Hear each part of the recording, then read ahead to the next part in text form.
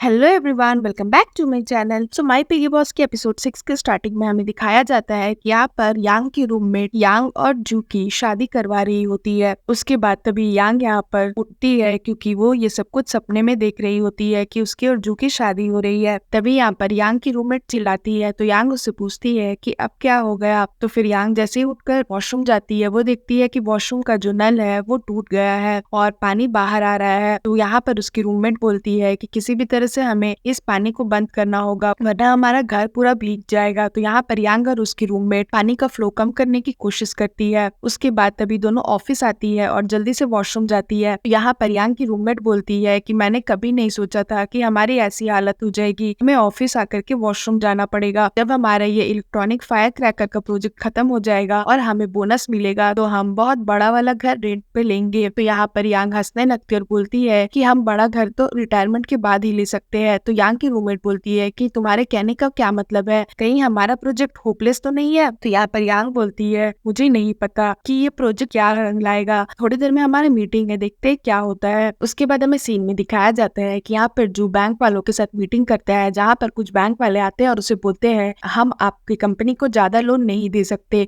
और अभी जो सीईओ बने हैं हमारे बैंक के न्यू वो भी आपकी कंपनी को ज्यादा लोन देने से मना कर रहे हैं क्योंकि अभी आपकी कंपनी की सिचुएशन बहुत ही खराब है और हम लोगों ने उनसे बहुत बार बात करने की कोशिश की बट वो किसी से मिलते नहीं है जल्दी। तो यहाँ पर जो बोलता है तो ठीक है, इस बार मैं उनसे बात करने जाऊंगा, उनके साथ दोपहर में मेरी मीटिंग शेड्यूल करवाओ। तो यहाँ पर बैंक से जो लड़की आई रहती है वो बोलती है कि वो दोपहर में किसी से नहीं मिलते, वो सबसे शाम में ही मिलते हैं। तो यहाँ पर जो सोचता है कि वो तो शाम में नहीं जा सकता क्योंकि वो पिक बन जाता है। तो यहाँ पर यांग उसे बताती है कि बॉस आज 7 बजे सनसेट होने वाला है तो आप उसके अकॉर्डिंग शाम में अपनी मीटिंग शेड्यूल करवा सकते हैं। तो जो बोलता है ठीक है, तो एक काम करो, मेरी मीटिंग 5:30 बजे उनके साथ शेड्यूल कर दो। उसके बाद 5:30 बजे जू वही बैंक के सीईओ से मीटिंग करने के लिए आता है बट जो सीईओ रहता है वो अभी तक आए नहीं रहता है। तो यहाँ पे जू बहुत टेंस्ड रहता है कि वो कब आएगा। तभी वो सीईओ आ जाता है और यहाँ पर फिर मीटिंग स्टार्ट होता है। तो यहाँ पर जो बैंक का सीईओ रहता है उसका नाम मिस्टर वोंग रहता है। वो जू को बोलता है कि तुम लोगों को अपना परफॉर्मेंस ठीक करना होगा तभी जाकर के मैं तुम्हें लोन दे सकता हूँ और मैंने तुम्हारे कंपनी के रिपोर्ट्स वगैरह भी पढ़े हैं, अभी तुम्हारी कंपनी की हालत ठीक नहीं है जिसकी वजह से हमें लोन अमाउंट रिड्यूस करना होगा और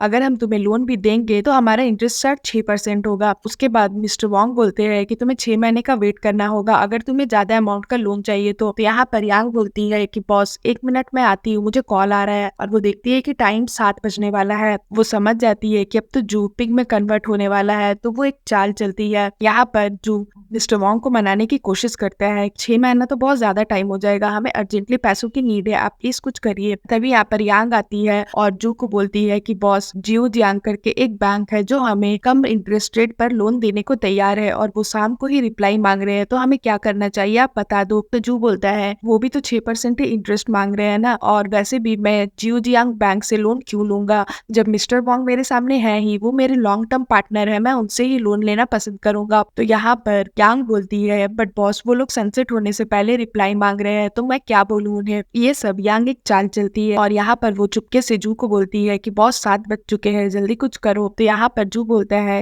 मिस्टर वोंग मुझे माफ कर दीजिएगा, मैं 1 मिनट आता हूँ। और ये बोलकर जू वहां से चला जाता है क्योंकि उसका पिक बनने का टाइम हो रहा होता है और वो यहाँ पर टॉयलेट में जाता है। उसके बाद हमें दिखाया जाता है कि यहाँ पर यांग मिस्टर वोंग को मनाने की कोशिश करती है और बोलती है कि मुझे माफ कर दीजिएगा, बॉस को अर्जेंटली जाना पड़ा, वो हमेशा से ही काम को लेकर जल्दी में रहते हैं। उसके बाद वो अपना लेटेस्ट प्रोजेक्ट दिखाती है और बोलती है कि आप हमारा ये लेटेस्ट प्रोजेक्ट देखिए, आप इस प्रोजेक्ट को देखकर बहुत खुश हो जाएंगे, मैं होप करती हूँ, क्योंकि हमारा ये डिजिटल फायर क्रैकर प्रोजेक्ट जो है ये एक बहुत ही क्रिएटिव प्रोजेक्ट है। आप एक बार इस प्रोजेक्ट को देखिए और सोचिएगा, अगर आपको ये प्रोजेक्ट पसंद आएगा तो आप मुझे कॉल करिएगा। उसके बाद यहाँ पर यांग वॉशरूम में जाती है और जू को उठाकर ले आती है। उसके बाद हमें सीन में दिखाया जाता है कि यहाँ पर यांग जू को लेकर सबकी नजरों से छुपते छुपाते बाहर आती है और वो लेक की तरफ जाती है और वो जू को बोलती है कि बॉस आप बस 1 मिनट वेट करिए और मेरी एक्टिंग देखती जाइए। और वो जू को एक छोटा सा स्पेस रहता है वहां पर छुपा देती है और फिर लेक के सामने जाकर जू का नाम लेकर चिल्लाने लगती है ताकि सबको ये लगे कि जू लेक में डूब गया है। यहाँ पर यांग की आवाज सुनकर वो सारे बैंक वाले और मिस्टर वोंग भी आ जाते हैं और सभी कोई जू को ढूंढने लगते हैं और यहाँ पर जू चुपके से ये सारी हरकतें देख रहा होता है। उसके बाद सभी कोई बोलते हैं कि हमने तो पूरा लेक सर्च कर लिया, जू तो हमें कहीं मिला ही नहीं। उसके बाद यहाँ मिस्टर वोंग बोलते हैं यांग को कि क्या तुम हमें कुछ और डिटेल बता सकती हो कि जू यहाँ पर क्यों आया किया था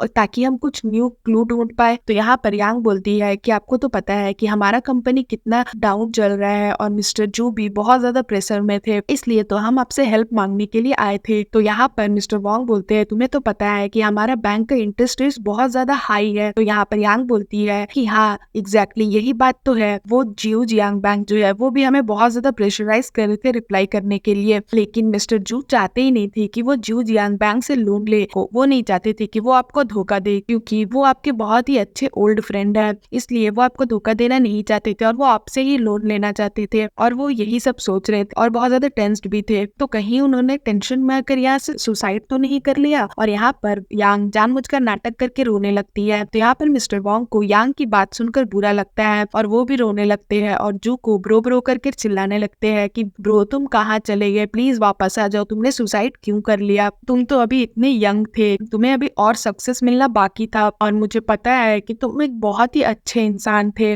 और तुम्हारी कंपनी भी बहुत ज्यादा अच्छी है। उसके बाद वो अपने कलीग्स को बोलते हैं कि मुझे उसे अच्छे से सपोर्ट करना चाहिए था और फिर वो रोने लगता है, बोलते हैं कि ब्रो प्लीज वापस आ जाओ, अगर तुम वापस आ जाओगे तो मैं तुमसे प्रॉमिस करता हूँ कि तुम जो भी बोलोगे मैं वो तुम्हें सब कुछ दूंगा। चलो मैं तुम्हारा इंटरेस्ट रेट 6% से घटाकर 5% करता हूँ, मैं तुम्हें 5% इंटरेस्ट रेट भी दूंगा, बट प्लीज तुम वापस आ जाओ। यहाँ पर ये सारी कुछ रिकॉर्ड कर रही होती है और वो मिस्टर वोंग को बोलती है कि मिस्टर वोंग आप जो अभी बोले क्या वो फिर से आप रिपीट कर सकते हो, क्या पता कुछ जादू हो जाए और आपकी बात सुनकर मिस्टर जो वापस आ जाए। उसके बाद हमें सीन में दिखाया जाता है कि यहाँ पर यांग जो को लेकर अपने घर आ जाती है और लोन वाले प्रोजेक्ट पर काम करती है। यहाँ पर वो जू को बोलती है कि पता है जियो जियांग बैंक से तो कोई कॉल ही नहीं आया था, ये सब तो मेरा प्लान था, अभी लोहा गर्म है, हमें हथौड़ा मार देना चाहिए। लेकिन तभी वो देखती है कि जो तो सो चुका है, तो वो बोलती है कि मिस्टर जू आप सच में एक बहुत बड़े पिग हो। और उसके बाद यहाँ पर यांग भी थक जाती है तो वो भी सो जाती है। उसके बाद जैसे ही सुबह होता है तो यांग उठकर देखती है कि जू तो वहाँ पर है ही नहीं, जू तो जा चुका है। उसके बाद हमें सीन में दिखाया जाता है कि यहाँ पर मिस्टर वोंग जू को देखकर हैरान हो जाते हैं और बोलते हैं कि तुमने तो सुसाइड कर लिया था ना, तुम तो लेक में कूद गए थे, तुम वापस कैसे आ गए। तो यहाँ पर जू बोलता है कि नहीं मैंने सुसाइड नहीं किया था, मैं गलती से लेक में गिर गया था, मेरा पैर फिसल गया था। तो यहाँ पर मिस्टर वोंग बोलते हैं कि कहीं मैं भूत तो नहीं देख रहा। तो यहाँ जू बोलता है कि नहीं आप भूत नहीं देख रहे हो। उसके बाद जू बोलता है कि कल आपने जो मुझसे प्रॉमिस किया था क्या आप अपना प्रॉमिस निभाओगे। तो यहाँ पर यांग क्या करती है कि कल जो रिकॉर्ड की रहती है मिस्टर वोंग की सारी बातें उन्हें सुना देती है कि उन्होंने प्रॉमिस किया था जू से कि अगर वो वापस आ जाएगा तो उसे कम इंटरेस्ट रेट पर लोन मिल जाएगा। तो यहाँ पर मिस्टर वोंग थोड़ा सा गुस्सा हो जाते हैं और बोलते हैं बंद करो ये रिकॉर्डिंग। और उसके बाद मिस्टर वोंग बोलते हैं कि तुम लोग दोनों ने मुझे धोखा दिया। यहाँ पर जू बोलता है कि नहीं हमने धोखा नहीं दिया, हम लोग आपकी रिस्पेक्ट करते हैं और अगर हम लोग दोनों साथ में काम करेंगे तो फ्यूचर में हम आगे बढ़ सकते हैं। तो यहाँ पे मिस्टर वोंग बोलते हैं कि ठीक है मैं तुम लोग दोनों को लोन दे दूंगा। उसके बाद हमें सीन में दिखाया जाता है कि यहाँ पर यांग की रूममेट बोलती है कि आखिर तुमने ये सब किया कैसे, तुमने बैंक के सीईओ को मनाया कैसे। तो यहाँ पर यांग बोलती है कि तुम्हें क्या हो गया, तुम इतना अनहैप्पी क्यों दिख रही हो, तुम्हें तो खुश होना चाहिए। तो यहाँ पर यांग की रूममेट बोलती है कि नहीं मैं सोच रही थी कि अगर कंपनी अच्छा चलेगा तो मैं अपने बॉयफ्रेंड के साथ बाहर जाऊंगी, थोड़ा घूमूंगी फिरूंगी। तो यहाँ पर यांग बोलती है कि बॉयफ्रेंड तुम्हारा कब से बॉयफ्रेंड बन गया। तो यांग की रूममेट बोलती है कि वाह तुम बॉयफ्रेंड बना सकती हो, तो मैं क्या नहीं बना सकती बॉयफ्रेंड। तो यहाँ पर यांग बोलती है कि बॉयफ्रेंड मेरा कहाँ बॉयफ्रेंड है। तो यांग की रूममेट बोलती है कि तुमने अपना और जू का रिलेशनशिप डिफाइन भी तो नहीं किया कि तुम लोग दोनों एक दूसरे के लगते क्या हो। तो यांग बोलती है कि हम लोग बस कलीग है और कुछ नहीं, और वैसे भी हमारा जो कॉन्ट्रैक्ट पेपर है उसमें क्लियरली लिखा हुआ है कि हम एक कलीग्स है। तो यहाँ पर यांग की रूममेट बोलती है कि जो कुछ भी करता है तो तुम्हारी हेल्प की वजह से करता है, बट वो कभी भी तुम्हारा नाम नहीं लेता, क्या वो सच में एक अच्छा इंसान है।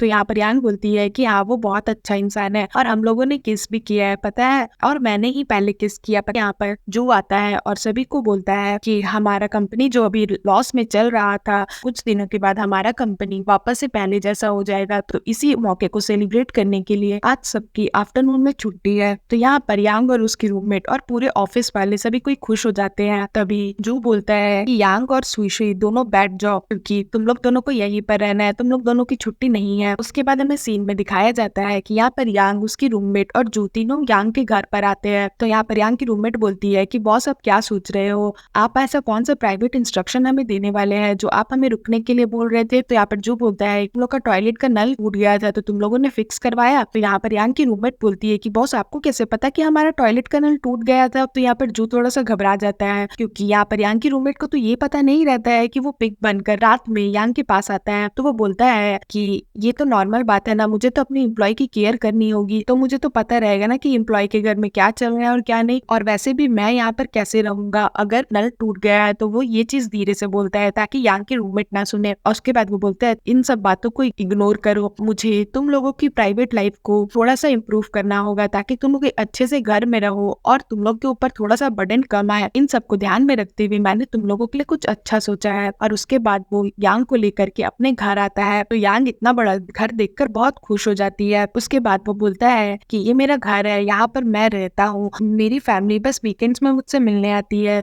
तो मेरे अकेले रहने के लिए एक बहुत बड़ा घर है, और वैसे भी मेरे घर में 2 गेस्ट हाउस भी है, तो मैंने सोचा क्यों ना तुम और तुम्हारे रूममेट यहाँ पर रह जाए, वैसे भी मैं अकेले रहते रहते बोर हो चुका हूँ। उसके बाद जू यांग को एक बेडरूम दिखाने के लिए लाता है और बोलता है मेरी जो मेड आती है वो हमेशा इस घर को साफ रखती है, तो तुम्हें साफ सफाई की भी कोई टेंशन नहीं है, भले ही थोड़ा सा ये छोटा दिख रहा होगा बट हमारे 3 लोग के रहने के लिए ये बहुत ही अच्छा है। तो यहाँ पर यांग बोलती है कि छोटा नहीं, ये तो बहुत अच्छा घर है। तो यहाँ पर जू से बोलता है तो बताओ तुम्हारा क्या इरादा है, क्या तुम यहाँ पे शिफ्ट करना चाहोगी। तो यांग थोड़ा सा घबरा जाती है कि वो क्या करे। तो यहाँ पर यांग बोलती है तो इसका मतलब ये होगा कि हम लोग साथ में रहेंगे। तो जो बोलता है कि हाँ, और वैसे भी मैं नहीं चाहता कि मैं रोज रोज तुम्हारे घर जाके या फिर मैं जैसे ही सनसेट हूँ सबसे छुपता फिरूं, इसलिए मैं चाहता हूँ कि मैं यहीं पर रहूं तुम्हारे साथ। तो यहाँ पर यांग बोलती है अच्छा ठीक है, वैसे मेरा रूम कहाँ पर होगा। तो यहाँ पर जो उसके पास आता है और उसे बोलता है यहाँ का जो मास्टर बेडरूम है वो इस रूम के साइड से डबल है। और जैसे ही वो बोलने जाता है यहाँ पर यांग बेड पर गिर जाती है और जो भी उसके ऊपर गिर जाता है।